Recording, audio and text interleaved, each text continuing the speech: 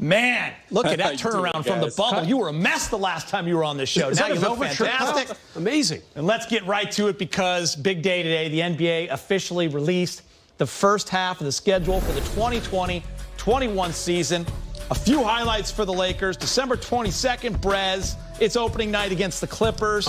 Christmas, Luka and the Mavs. MLK Day, the Warriors, February 20th.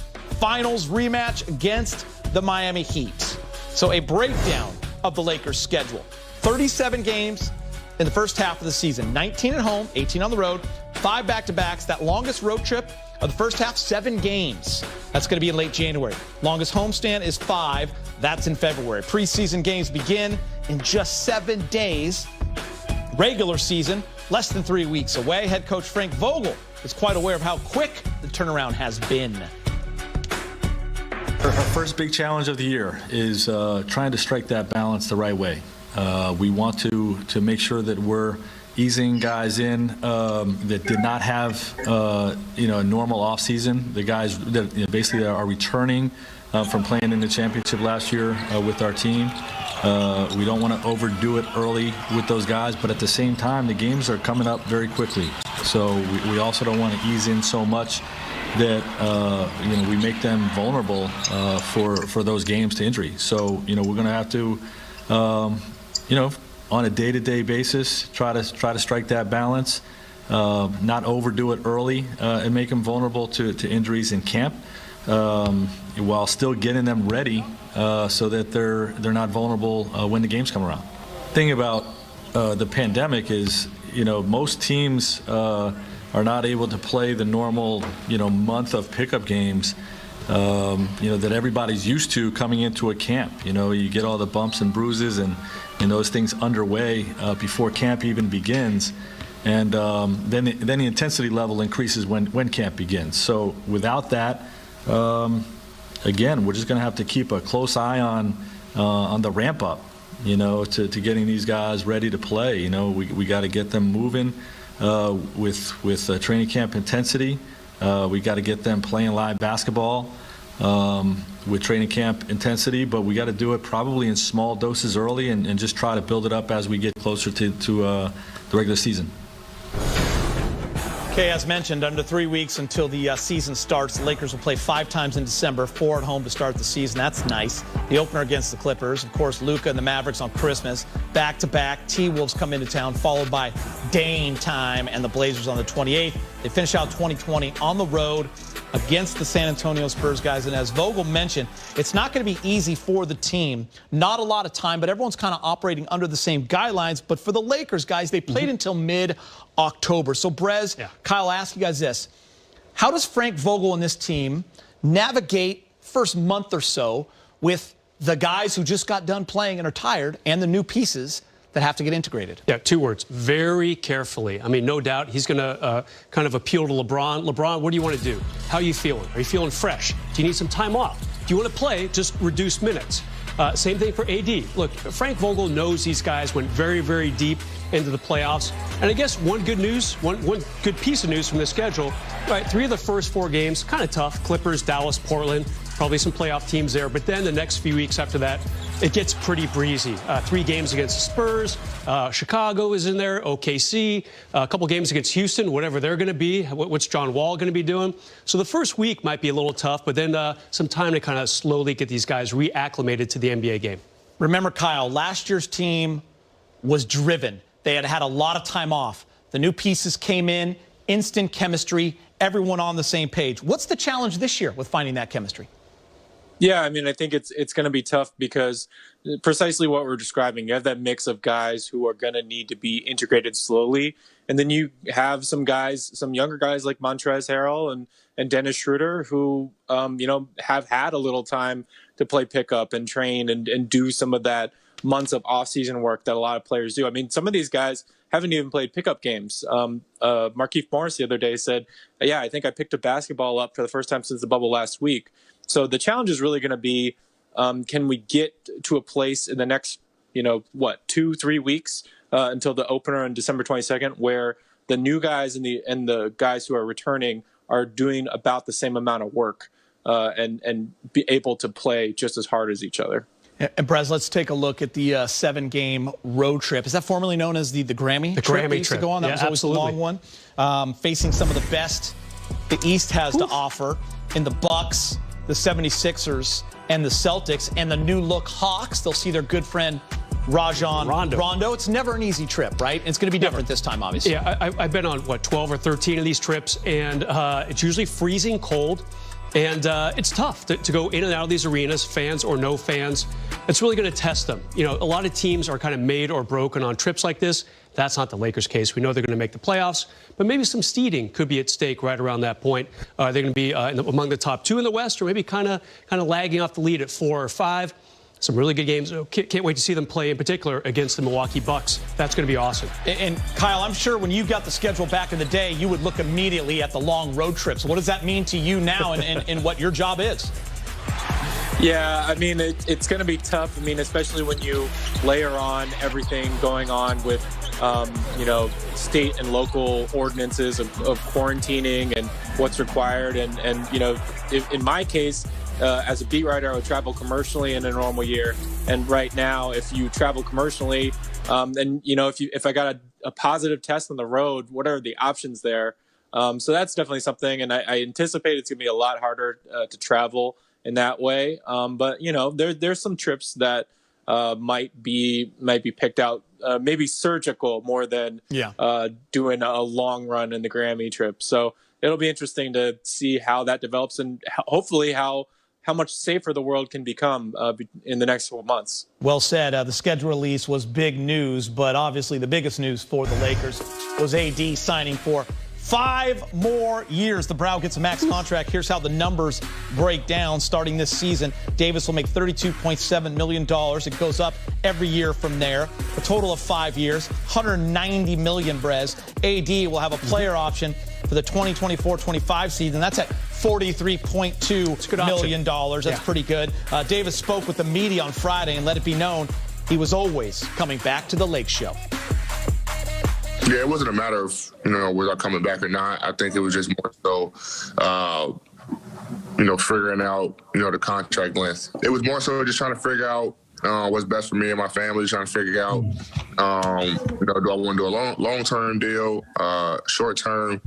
I just, figured, this is the place I want to be. I don't plan on, anywhere. As you can see, I'll be here for the next 5 years. So I just thought it was best for me to just go ahead and lock it in. And it's tough not to be in LA and play for an organization, especially when you just won a championship, and a lot of people say the toughest that was to win. So I just want to be here. I want to be here. My family wants to be here. I love this organization. I love the coaching staff that we have. And they're always product on the floor to be able to be for the championship. So I just figured, why not be here? Can you just get more into the decision process and why 5 years? Because obviously you had some other options available to you to maybe go a couple of years and then come back into free agency when there could be a larger salary cap.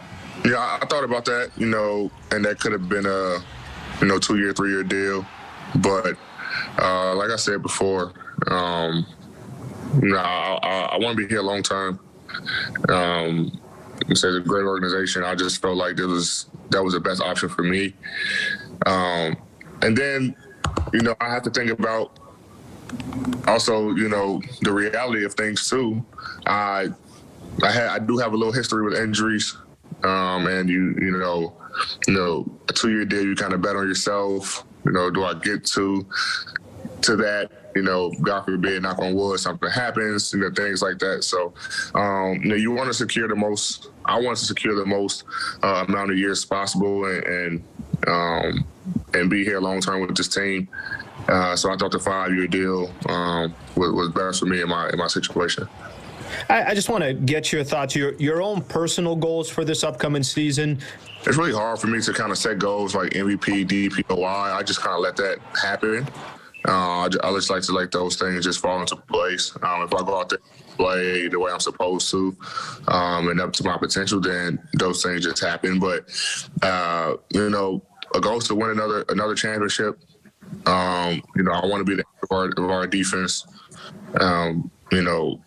My goal is just to be on the floor as much as possible, doing whatever I can do to help the team.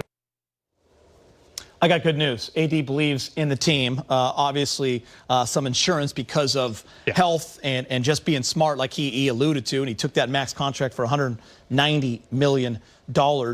Means he has faith in this organization. Brez, Kyle, what a great day for the Lakers. Yeah, just listening to that Zoom chat today, I thought it was very impressive what he said. He said, I've had a lot of teammates in the past. Never was on a team so close as last season. He really enjoyed being on this team, whether it was kind of learning next to LeBron James or having fun with Jared Dudley. Kuz is kind of a wild, unpredictable guy. Probably had fun kind of talking to the young guy a lot. He really enjoyed being with this franchise and on this team. Helps win a championship. He looks pretty happy right there, too. But I really take him at his word. And also the fact that he said, hey, I've had some injury problems in the past, so I'm just going to take the 5 years now. And who's happy about it? Everybody in that Laker organization, no doubt. Kyle, it's hard to fathom he could be even better. He had a monster year last year. It ends holding the Larry O'Brien trophy. He was the top 2 defensive player in the league. A lot of us thought he should have won that award. Do you have even greater expectations for him this year coming off a championship? Yeah, and I think Jared Dudley probably outlined the best expectations is that, hey, Anthony Davis should go win MVP. And we know he's one of the best two-way players. Obviously, just being on the Defensive Player of the Year award list while being a 26 point per game scorer. I mean, that tells you the story right there. So I think that's part of it. AD's right in that, if he does everything right, that will take care of itself. But, I mean, the guy can be more assertive, and we can see him maybe take more of an equal stature in that partnership with LeBron James. He knows how to win now. He doesn't need to be taught that. I expect him to kind of take a step up in that category this season as well. Yeah, I like to see more game-winning threes. You think that might be a possibility? I mean, the guy was so dynamic in the bubble, did it in a couple different playoff rounds. I think kind of a little bit of both. Like, there'll be games where you can kind of tail off a little bit. The Lakers are better on paper than they were a year ago. So he can kind of say, you know what, go ahead, Montrez. Go ahead, Schroeder. You guys do some scoring. Kind of like LeBron before last season said, AD, I want the offense to run through you. Hey, he's still going to be a top 5 player. He can just kind of sit out a few games, worry-free. Maybe, hopefully for his sake, sit out some fourth quarters if the Lakers have comfortable leads, because this team is better, so he can be a little more efficient and maybe not play as many games or even as many minutes per game. He and LeBron proved it last year. They can play an entire season. They can play every single game. They only missed a couple. So this year, I assume there'll be more load management, especially coming off Makes sense. Just a few weeks, it seems like. All right, some more Laker news. I want you guys to weigh in on this. After being waived, Quinn Cook has re-signed with the Lakers. Cook's a 2-time champ. He won 1 with the Warriors, 1 with the Lakers last year. Averaged over 5 points a game, shot 43% from the field last season. He also was notably left behind at the arena after the Lakers won the title. Instagram gold Forgot about right that. there. Kyle, jump in on this. Brez and I talked about it yesterday. Jared Dudley's really important to this team because of the chemistry, new guys coming into the locker room. Quinn Cook, you can make an argument, just as important from that standpoint. Yeah, absolutely. I mean, Quinn's a guy who is just super likable, super engaging. I kind of remember last year at an Anthony Davis event where there were a lot of people milling around. Quinn Cook was just sort of one of the people around. I mean, and was doing Papa Shot with a bunch of college kids or something. He's just a guy who likes to hang out, is very normal, engages people on social media, talks for hours about DC pickup games. He's just a likable culture setter and a guy who gets along in any locker room, knows a lot of people around the league, is well liked by the people in the league, and can come in and hit some shots every once in a while. And Brez, he's the Madden defending champion on this team. That's important to That's guys. huge. A lot of bragging rights at stake, and X's The and real O's. title defense. the real defense. Some X's and O's real quick. This is the type of guy you can kind of plug in there if a Schroeder has a game off, or again, if AD or LeBron say, we're not going to play this game in Charlotte in March or April. Let's get some scorers out there. Quinn Cook could be pretty early off that bench. I love what Rob in the front office has done, putting these kind of pieces with the superstar talent that they have. All right, still to come. Lakers, Rob Pelinka has put the Lakers back in a position to once again lift. So carry forward the torch with AD, lining up with his age. I think Schroeder's a great example of that. Obviously, Montrez, another great example, just lining up with AD's age. And I think we want to strive to try to keep our young players that we have on this team. We like the core. We like how it lines up. And I think Dennis, Kyle, Kuzma is up for an extension. These are things that we're continuing to focus on, but we like how the team got younger, faster, and our intention would be to try to keep that identity and that core together. Rob, if I could start you just with your thoughts on the impact of LeBron and AD's signing and committing to future years with the franchise. What is the biggest thing that you take out of that and what that means? I think probably the word trust. I think AD and LeBron, I think, share a common quality with us of just being about the work and trusting the work. And I think yesterday when we got the commitment from both of those players, it was just a great day that was defined by the trust we've built in the relationships with those guys. I was wondering to the extent that you can talk to us about those discussions and that decision process to get LeBron under contract through 2023. What was important to you? It wasn't even a debate for us. It was something that was very clear. And we think he's going to be effective and provide extraordinary value for every year he decides to play as a Laker. And I think what was especially satisfying and exciting about this is I think that now you can see with the legacy he's establishing as a Laker that his greatness will be defined here. And I'm sure he'll hang many jerseys someday, but we hope one of those will be a Lakers jersey. So now that LeBron has won a title, I ask you guys this. He's most likely to end his career here. Will we see LeBron's jersey in the rafters one day, Press? I think we will, especially if he wins one more championship over the next few years, which I think is going to happen. And even if he doesn't, what a great debate. And I think it ends with, yes, he will get that jersey up among there with the Laker greats. I mean, Kobe has two of them, but why not give one to LeBron, too? I mean, pretty soon the Lakers will be in the triple digits for some new players down the road. But, I think other players would be honored by this. Cedric Ceballos, Lou Williams, Stu Lance wore number 23. And, of course, one of your favorite players, Geet Von Wafer, also wore number 23. Wow, that's a deep dive you just went into right there. I think at the very least, LeBron is definitely on pace to get that jersey retired up there. Also in Cleveland and Miami, too. I was going to say Cleveland and Miami, too. Quite a few places. What do you think, Kyle? You see it going that way? Yeah, well, first of all, great question by that last reporter to get that. Wow, tremendous surgical question there. I think it's obvious. I think LeBron sealed his jersey when he won the championship. And it's not just championship because the Lakers obviously have many. They have 17, and LeBron doesn't begin to stack up against the best Lakers in that category. But I just think of where the franchise was before LeBron decides to walk into cap space, decides to come, decides to bring his talents. And from there, every good thing that's happened in the last 2 years has come from that decision. Anthony Davis wanted to be in LA because LeBron was there and you could compete. He guided them through this really challenging time with the pandemic and into the bubble championship. And now going long term, as many as 5 years and maybe more, I think it's undoubted that he'll one day have a jersey hanging up. Yeah, great point, Kyle. And also, let's not forget, in 2016, Kobe Bryant's last year, this team won 17 games. Yeah. And Kobe had to drag them to that 17 with his big 60-point outburst against Utah. So what a turnaround in just a few short years. LeBron, a big reason, if not the reason why. And also, guys, the Lakers, Kyle, they did get younger in Schroeder and Harrell. I mean, are these the type of players you can see running alongside AD in the future? Yeah, and I think that's definitely part of Rob's thinking. Dennis Schroeder is up for a new contract next summer, and I think, part of the idea when you bring in a guy like that, when you trade a guy like Danny Green and a draft pick, you're thinking, well, I can get more out of this than just 1 year of Dennis Schroeder, and if we win, maybe he's going to make a similar decision as AD did. You see the new contract with KCP. He's about AD's age, and in for the next 3 years, you can extend Kyle Kuzma if you guys figure out a term before the season starts. And obviously Montrez on the hook for the next 2 years. There's options to be young at the core around AD.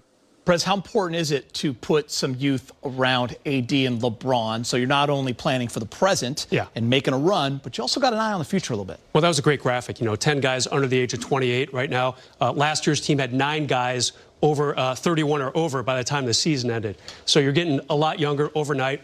And again, Kuz for Rob Pelinka across the board. He had very little trade capital, not a lot of draft picks to throw away because he's traded so many already over the next several years. To make this team that much younger, that much faster, that much more appealing, really impressive work by him. All right, guys, still to come. The Brow had back with Kobe and Pau a decade ago. The Heat with LeBron got it done 2012, 2013.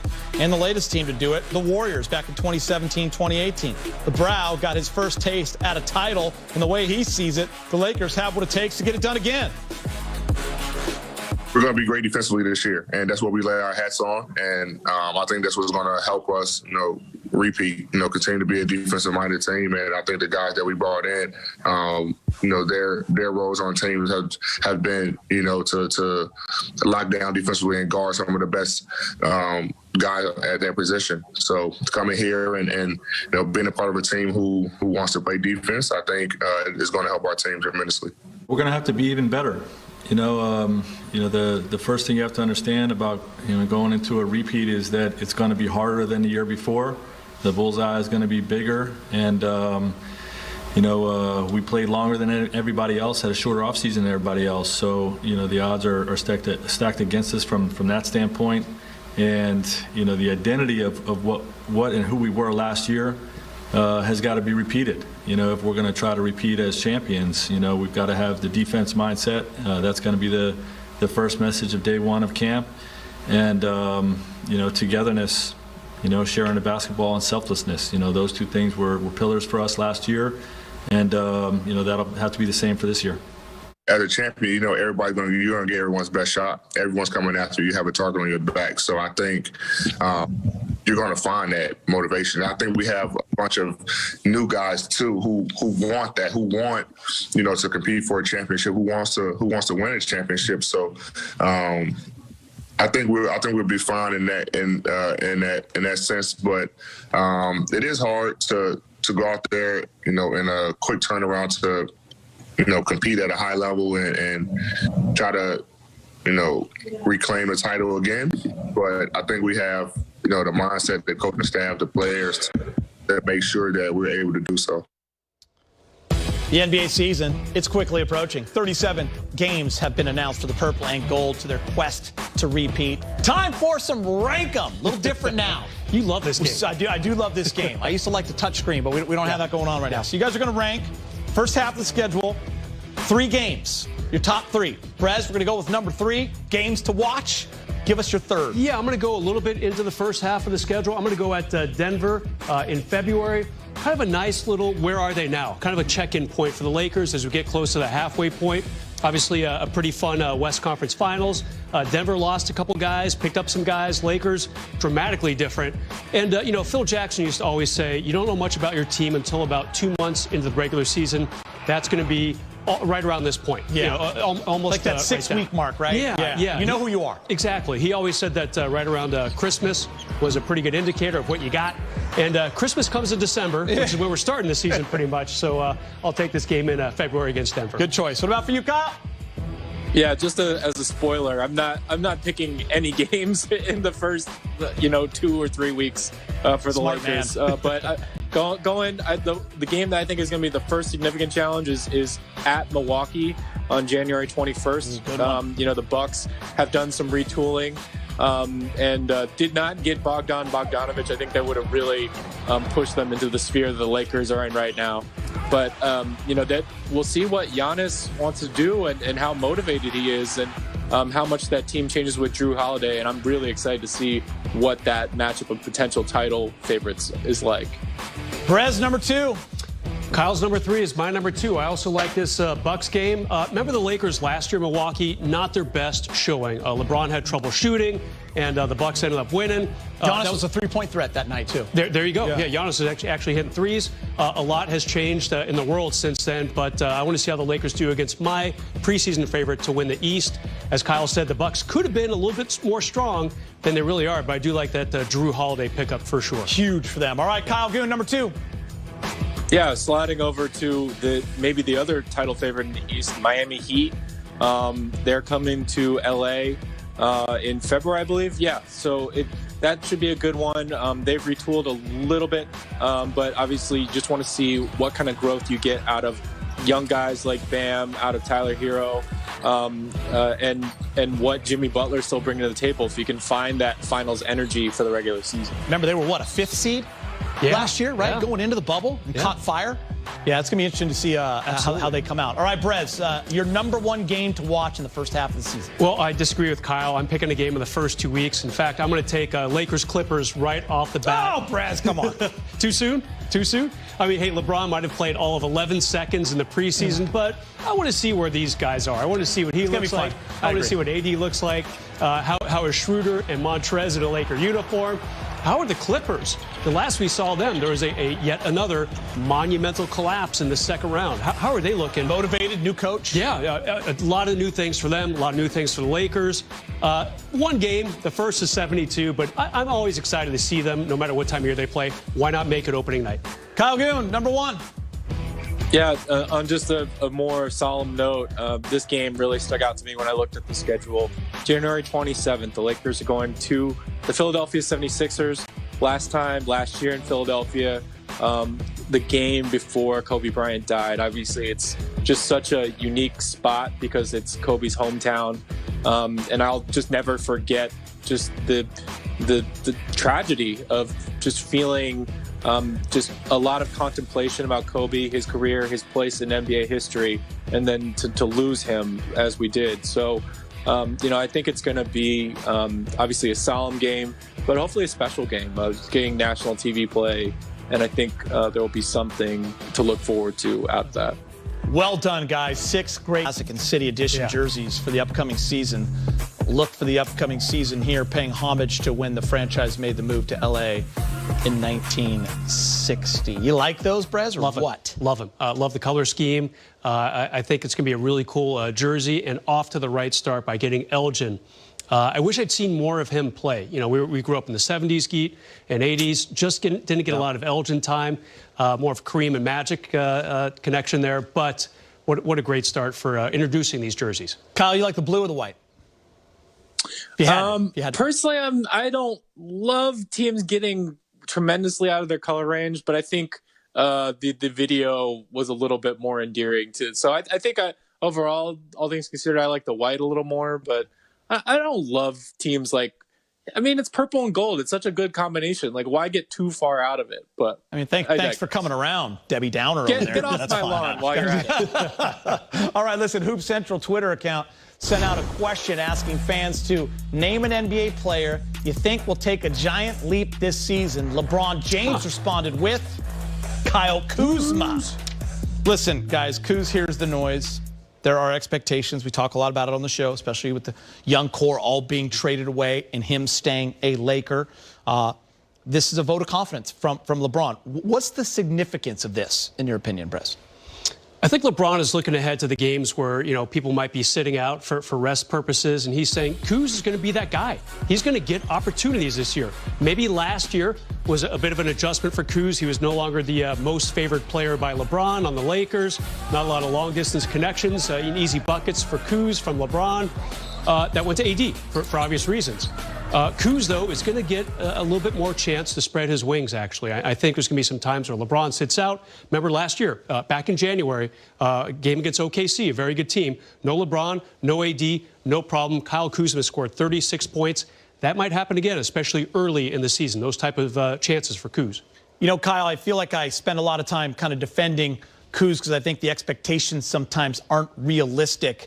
Bottom line, he's a guy that when LeBron or AD don't play, he gets 20. That's just the truth. You can look at the stats. So there's value in that with the type of guy that when he gets the volume, he can score. But when those guys are healthy, he just has to fit a role. And that's what he had to learn how to do last year. Where do you come out on the expectations for Kuz? Yeah, I think it's tricky. I actually take a slightly more cynical view of LeBron's endorsement of Kuz in that, he's up for an extension. They might not reach it. He might be a restricted free agent next year. Although I think the Lakers should look at in his value because, as we're talking about, I mean, he's a valuable role player. He can start.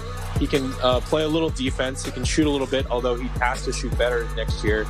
So he has those signs and some of those tools that the Lakers are really going to need at the right age and perhaps the right price. So I think this is LeBron's way of saying, hey, stay invested. Your teammates believe in you. You may be coming up against some contract stuff in the next year that will feel uncomfortable and the noise may continue, but stay with it, and we believe in you. Brez, he's a streaky guy. If he gets consistent from that three-point line, what can that do for him? That's the key. I mean, regular season last year, 32%, actually dropped down the playoffs to 31%. Remember, a great rookie year behind the arc, never quite found that stroke, and he was working on it too. Remember, he revealed in the bubble, he spent a lot of time during the 4-month break, just kind of sitting in a chair, working on just trying to shoot different ways. It looked good at times, but he just needs to kind of really get better behind the arc. That'll help him a lot. We're moving on. The games will continue. Coming up next, a schedule release edition of Fill in the Blank. That's next.